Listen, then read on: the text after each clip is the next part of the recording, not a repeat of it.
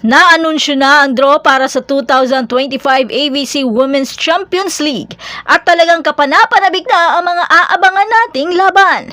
Tatlong kupunan mula sa Pilipinas ang lalahok.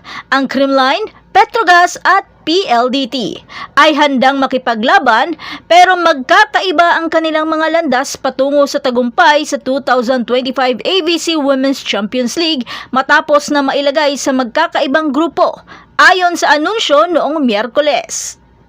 Ang Cool Smashers ang nangunguna sa Pool A kung saan makakalaban nila ang number 31 Zitisu VC ng Kazakhstan at AI Nasser Club ng Jordan. Samantala, ang Angels naman ay inilagay sa Pool B kasama ang number 45 Thai Power ng Chinese Taipei at number 60 Hip Hing Women's Volleyball Team ng Hong Kong.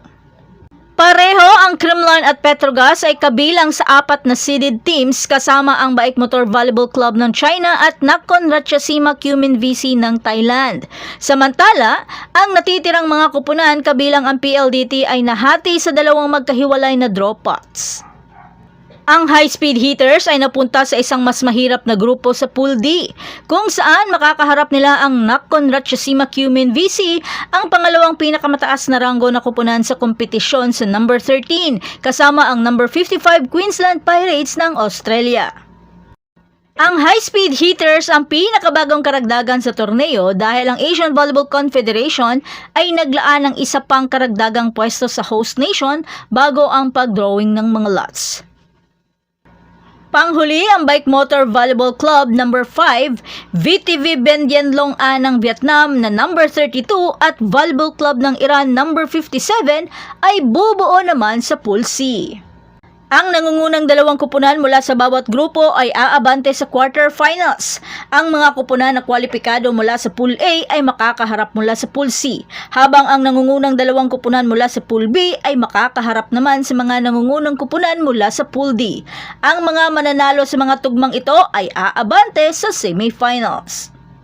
Ang mga nagwagi sa semifinals ay magpapatuloy naman sa knockout finale, habang ang mga natalo ay maglalaban para sa bronze medal. Mukhang magiging mahirap man para sa Philippine team pero may ibubuga pa rin naman tayo. Pero para sa'yo, ano ang mga magiging defining moments ng AVC Women's Champions League ngayong taon? At alin sa mga kupunan ang magiging handa upang lumikha ng mga unforgettable moments para sa bansang Pilipinas at sa mundo ng volleyball? Kaya naman maghanda para sa isang kapanapanabik na tournament at huwag palampasin ang kahit isang laro. Manood, ibahagi ang excitement at maging bahagi ng nakaka-excite na 2025 AVC Women's Champions League.